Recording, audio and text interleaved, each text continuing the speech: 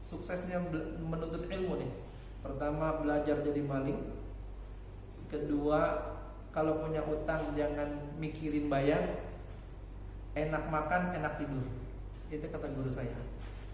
Ini bukannya 3 kalimat yang difahami zahir saja, bukan. Para penuntut ilmu itu harus menjalani 3 poin ini, karena ketika dia menjalani 3 poin ini dia akan berhasil. Apa? Yang pertama adalah belajar jadi maling. Maling itu bekerjanya malam hari. Orang-orang yang tidur dia bangun jam 1, jam 2, jam 3. Penuntut ilmu harus begitu. Orang-orang tidur jam 1 dia bangun. Ngapain? Dia belajar. Dia tahajud, dia belajar sampai dengan pagi. Itu yang pertama. Yang kedua, kalau punya utang jangan mikirin bayar. Apa maksudnya? Dia bangun jam 1, kondisinya akan ngantuk. Cuma jangan berpikir bentar jam 6 juga saya udah tidur kan. Jam 6 tidur sampai jam 10 dah. Soalnya kan malam bangun. Ya, berarti ntar harus tidur dah jam 6 sampai jam 10. Udah jangan mikirin begitu dah. Udah berjalan apa adanya aja. Jam 1 bangun, jam 2 bangun, sholat, belajar. Kemudian setelah itu, kalau toh misalnya ngantuk nggak ada pekerjaan, istirahat. Tapi kalau misalnya ngantuk tapi masih ada kewajiban pekerjaan, jalani pekerjaan. Ntar kalau ada waktu istirahat tidur. Kalau punya utang jangan mikirin bayar. Itu maksudnya. Jadi jangan balas dendam. Kan terkadang ada orang balas dendam. Ya. Pokoknya kemarin kan saya nggak tidur. Pokoknya ntar tidur dah. Pokoknya dah. Gitu. Balas dendam namanya.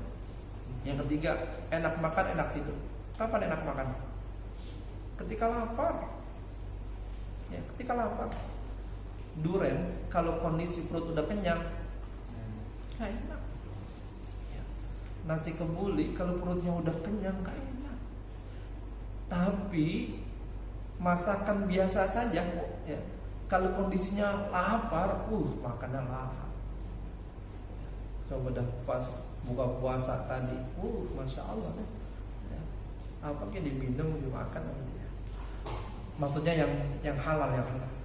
Enak makan, enak tidur. Tadi kalau kapan enak tidur? Ketika kondisinya ngantuk. Cuma jangan dipikirin balas dendamnya. Wah, Pak, saya udah bangun jam 1, jam 2 saya udah bangun, jam 3 saya udah bangun. Pokoknya ntar jam 6 saya tidur aja. Biasanya kalau Ramadan begitu tuh terkadang.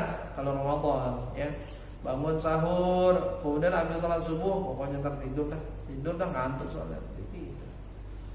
Jadi kalau orang yang menuntut ilmu itu tidak.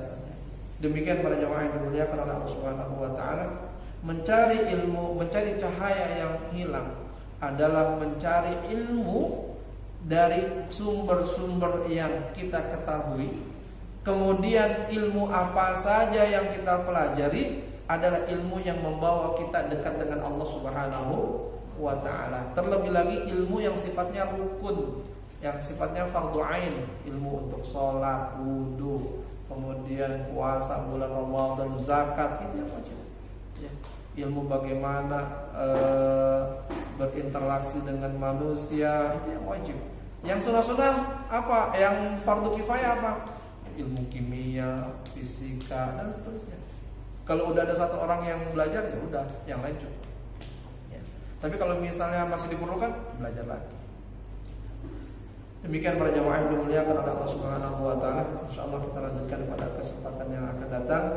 Maka dari itu, belajar tidak ada akhirnya kecuali kalau ruh sudah berpisah dari tubuh kita. Maka belajar itu sudah berhenti. Selagi itu ruh masih ada di dalam tubuh kita, ruh masih bersemayam dalam tubuh kita, maka tidak pernah berhenti kata belajar. Dimanapun, kapanpun. Belajar itu harus dengan ada gurunya, ya. Belajar itu harus dengan ada gurunya. Karena ulama-ulama terdahulu tidak pernah belajar dengan sendirinya, tidak. Sampai sekali orang yang sudah ditetapkan menjadi mufti pun masih belajar juga. Imam Nawawi, Imam Syafi'i, Imam Malik bin Anas, walaupun dia udah jadi sekali ulama besar, tetap masih belajar. belajar itu dengan ilmu yang dihadirkan, yang ia tidak ketika tidak tahu dia bertanya. Maka itu yang disebut dengan muta'allim. Kalau misalnya hanya sekedar buku otodidak, belum dimasuk dengan belajar. Apalagi dengan sekarang dengan YouTube dan lain sebagainya, belum masuk dan tidak mendapatkan fadilah tadi ilmu, enggak. Mau mana? Mau belajar di mana? Di YouTube, dipencet dan apakah dia akan dapat hadis man khoroja, hadis man salaka? Enggak masuk. Enggak masuk. Karena tidak menghadirkan guru atau ia tidak menghadirkan. Itu yang dapat disampaikan, insyaallah kita lanjutkan pada